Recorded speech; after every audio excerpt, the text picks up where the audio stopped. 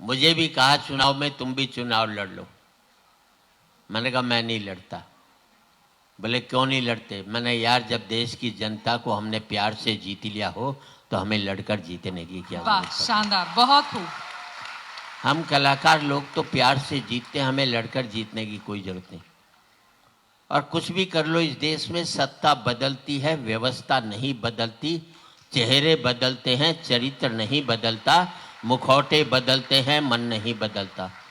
हम राजा का चेहरा बदलते, वो अपना करैक्टर कभी भी नहीं बदलता राजनीति के अंदर। तब कहना चाहता हूँ, अच्छा लगे तो आपकी तालियां उठें। कोई फर्क नहीं पड़ता इस देश में राजा रावण हो या राम, जनता तो बेचारी सीता है। रावण राजा हुआ तो वनवास से चोरी चली जाएगी, और राम राजा हुआ तो अग्नि परीक्षा के बाद फिर वनवास में भेज दी जाएगी। बहुत खूब। और कोई फर्क नहीं पड़ता इस देश में राजा कौरव हो या पांडव, जनता तो बेचारी द्रौपदी है। कौरव राजा हुए तो चीरहरण के काम आएगी, और पांडव राजा हुए तो जुए में हार दी जाएगी।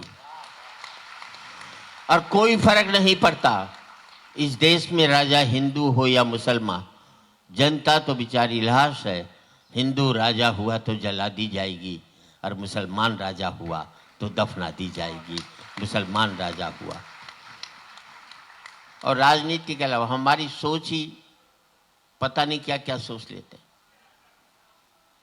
मैंने बाबा रामदेव से एक ही सवाल पूछा, भाई ने मुझे आज तक जवाब नहीं दिया। अच्छा लगे तो ताली बजा देना।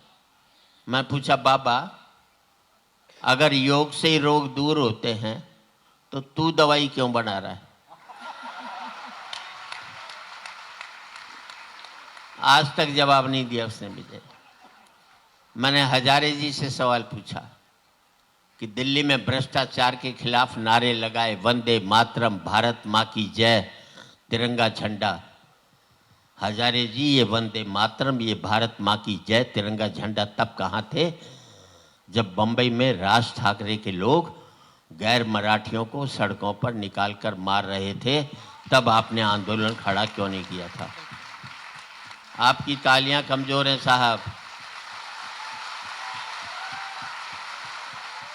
और आपको अच्छा लगे तो अब आपकी तालियां उठे। मैं पूछना चाहता हूं अब सबसे, अगर इस मुल्क में महाराष्ट्र में मराठी रहेगा, गुजरात में गुजराती रहेगा, राजस्थान में राजस्थानी रहेगा, फिर मुझे जवाब दो, फिर भारतीय कहां रहेगा इस मुल्क के अंदर? जिन असली मुद्दों पर बात उठनी चाहिए उस मुद्दों पर कोई बात नहीं करता। बेवजह मुद्दों पर हम लोग बात करते हैं। हम बेरोजगारी पर उस पर करते हैं। मैं तो मोदी जी से भी कहना चाहता हूं, एक बड़ी लड़ाई लड़ो पाकिस्तान से। आओ आखिरी लड़ाई लड़ते हैं। तू अपने मुल्क की गरीबी पहले मिटाता है कि हम पहले मिटाते हैं? तू अपने मुल्क की बेरोजगारी पहले मिटाता है कि हम पहले मिटाते हैं? यार, हथियारों का खर्चा दोनों मुल्क का खत्म हो जाए तो कोई भी व्यक्ति इस मुल्क में गरीबी रेखा के नीचे नहीं रह सकता। सबको बहुत बेहतर जिंदगी जीने का मौका मिले। एक सकारात्मक सोच हमारी खत्म हो। हम लोग नकारात्मक सोचते हैं। मुझे याद है 2 अफ्रीकन और 1 हरियाणा वाले तपस्या कर रहे, भगवान प्रसन्न हो गए। तीनों से कहा एक एक वर मांग लो। अफ्रीकन ने कहा मुझे गोरा कर दे, उसे गोरा कर दिया। दूसरे अफ्रीकन ने देखा बड़ा सुंदर, बोले भगवान मुझे भी गोरा कर दे, उसे भी कर दिया। अब हरियाणा वाले से भगवान ने कहा तू भी एक वर मांग ले। बोले जी मुझे कुछ नहीं चाहिए, साड़ों को फिर से काला कर दो बस आपको। हम खुद नहीं तरक्की करना चाहते, हम चाहते हैं दूसरे कमजोर बनाए रहे।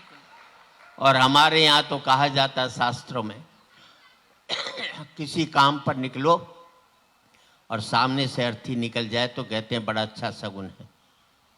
और मैं कहना चाहता हूँ और आपका आशीर्वाद और तालियां चाहूँगा, जिस मुल्क में किसी की मौत आपका शगुन बन जाएगी वो मुल्क कभी भी तरक्की नहीं कर सकता।